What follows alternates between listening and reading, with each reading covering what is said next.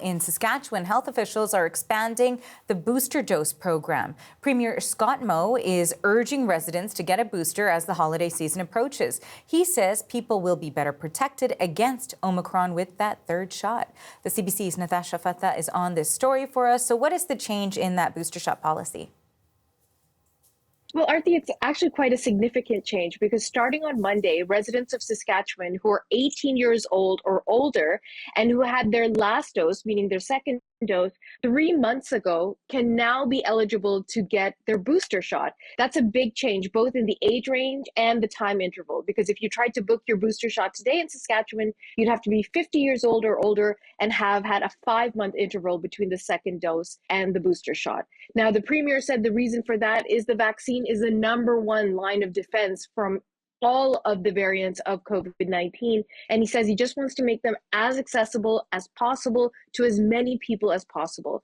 So if we go through the numbers, Saskatchewan has been successful, relatively speaking, in terms of its uptake of COVID-19 vaccines. You've got about 88% of the total eligible population getting their first dose. 83% getting their 2 doses, meaning they're fully vaccinated. But now that boosters are available, that number drops dramatically to about 38% of eligible Saskatchewans.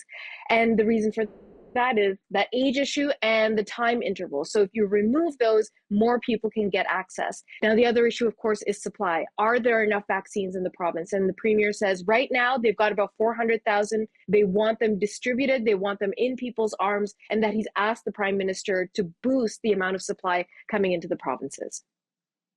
In terms of the other tools that provinces are employing now, there's certainly also the rapid test. What did we hear from Saskatchewan on that front? That's right, because we know about the PCR tests, both publicly available and those that you can get privately.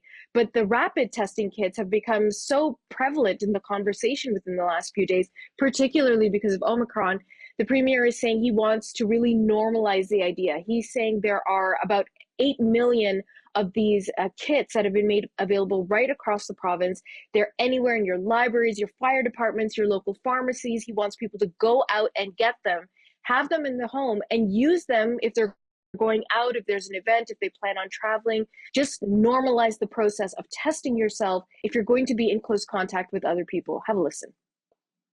We would urge you to go out and pick up a rapid testing kit and have it in your home and to use it. To use it when you may be going out to visit a friend or family member that may be elderly or immunocompromised. Take a quick test before you go visit those members that we love. The testing is much more accessible in this province, but it's also normalized. And it needs to be more normalized in the weeks and months ahead. It is a very effective line of defense.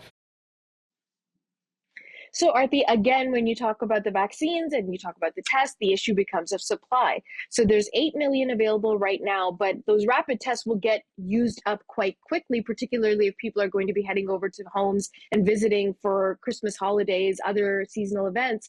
And so the Premier says for every month, he's got a standing order in with the Prime Minister and the federal government for 4 million of these test kits to come in. So he's really pushing on that front. You've got vaccines, make more boosters more easily available, and get tests in your home and just normalize testing yourself on a regular basis. All right, thanks for this. That is the CBC's Natasha Fatha in Toronto.